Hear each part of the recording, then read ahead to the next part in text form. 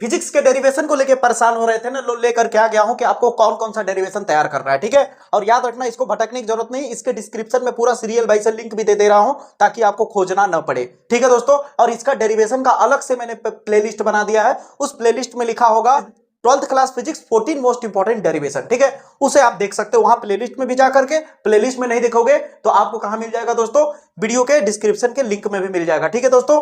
यानी कुल मिलाकर के आपको अब इधर उधर भटकने की जरूरत नहीं है, पूरा सीरियल वाइज आपको डेरिवेशन मिल जाएगा। और इसे तैयार कर दो दोस्तों, गारंटी के साथ आप कम से कम समय में तैयार कर लोगे, मैं गारंटी लेता हूं। बस जैसे बता रहा हूं उसको तैयार करते चले जाना है, ठीक है दोस्तों। इससे बाहर से डेरिवेशन नहीं आएगा, नहीं आएगा, नहीं आएगा, याद रखना, ठीक है।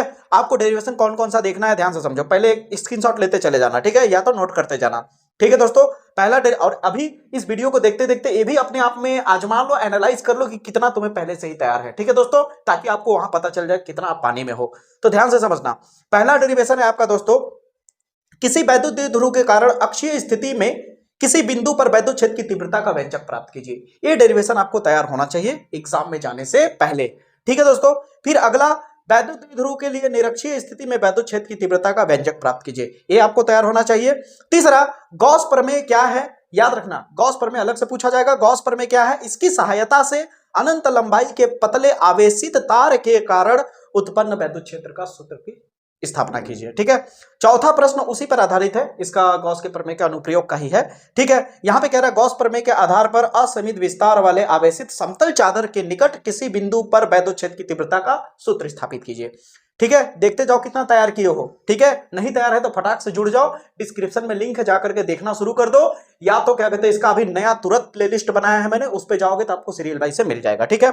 अगला आपको दिख रहा होगा दोस्तों, पांचवा आप तैयार करना, समांतर प्लेट संधारित्र के लिए सूत्र का निगमन कीजिए, इसकी धारिता को किस प्रकार बढ़ाया जा सकता है, ठीक है। याद रखना, वैसे भी बता दो, धारिता का मान Q और V पे डिपेंड नहीं करता, धारिता का मान चालक तार की लंबाई, क्षेत्रफल, उसके बीच की दूरी पे, ठीक ना, याद रखना जो प्लेट है, ठीक है। अब ध्यान से समझना, छठवां प्रश्न आप तैयार करोगे उसी से रिलेटेड है, जब उसके बीच में आंशिक परावैद्युतांक यानी T दूरी पे रख दिया जाता है, वो वाला डेरिवेशन पक्का आता है। आंशिक परावैद्युतांक पदार्थ भरे समांतर प्लेट है ना, यहाँ पे संधारित्र की धारिता का व्यंजक प्राप्त कीजिए। सातवां प्रश्न आपको दिख रहा होगा, किसी चालक तार में, सातवां आपको प्रश्न दिख रहा होगा दोस्तों, किसी चालक तार में प्रवाहित धारा तथा इसमें मुक्त इलेक्ट्रॉन के अनुगमन वेग से संबंधित व्यंजक का निगमन कीजिए। यहाँ पे दो तरह का निगमन आता है, एक आता है अनुगमन वेग तथा वैद्युत धारा के बीच संबंध, और एक आता है अनुगमन वेग और धारा घनत्व के बीच संबंध, दो हुआ।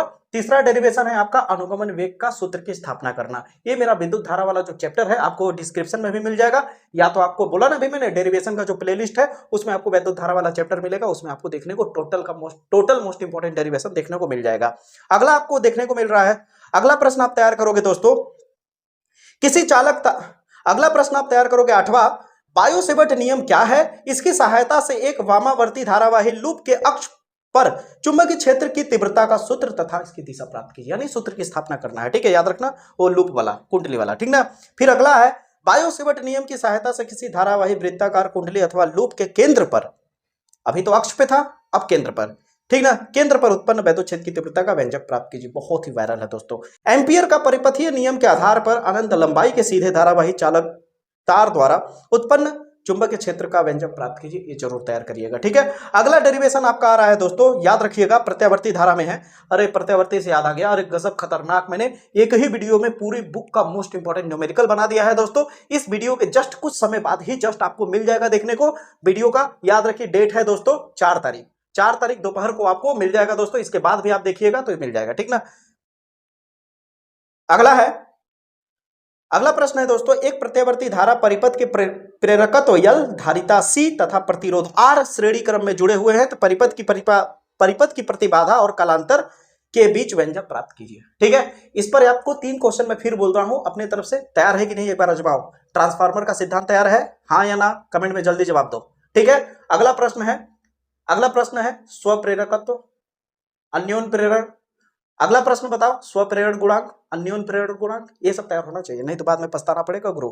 अगला प्रश्न आप तैयार करोगे, किसी अवतल गोलीय पृष्ठ पर आपतित प्रकाश के अपवर्तन के लिए सूत्र, जो दिख रहा है इसे जरूर देख लेना। उत्तल गोलीय पृष्ठ वाला भी होता है, बताया मैंने, देख सकते हो प्लेलिस्ट में जाके, ठीक है। अगला है गोलीय पृष्ठ के अपवर्तन के लिए सूत्र यानी कुल मिलाकर लेंस मेकर है, ये भी मैंने करा दिया। इसमें तो आपको पता है मजा जानते हो क्यों आएगा, एक ही वीडियो में सारा डेरिवेशन आपको मिल जाएगा, सूक्ष्मदर्शी दूर खगोलीय दूरदर्शी लेंस मेकर एक ही में, ठीक ना, जाके प्लेलिस्ट में देखो मिल जाएगा। अगला है दोस्तों, प्रिज्म के पदार्थ के अपवर्तनांक के लिए अल्प विचलन के लिए प्रिज्म के पदों में निगमन कीजिए। अरे कुल मिलाकर प्रिज्म के अपवर्तनांक का सूत्र का निगमन करना है, ठीक। अगला प्रश्न आपका आता है संयुक्त सूक्ष्मदर्शी और खगोलीय दूरदर्शी, इसका चित्र भी आपको तैयार रखना है और याद रखिए रेखीय आवर्धन का सूत्र भी प्राप्त करना है। इतना अगर आपको डेरिवेशन तैयार है तो डरने की बात नहीं है, इतना डेरिवेशन अगर तैयार है तो बिल्कुल डर नहीं लगना चाहिए, ठीक है। और अगर तैयार नहीं है तो डरने की बात है। अब आपके पास समय भी नहीं है, अगर आप भटकोगे तो भटकते रह जाओगे, पूरी दिन आपकी निकल जाएगी वीडियो ही इधर उधर खोजने में। इसलिए जो नया प्लेलिस्ट बना हुआ है उसमें जाके देखो, टोटल के टोटल डेरिवेशन आपको मिल जाएगा दोस्तों।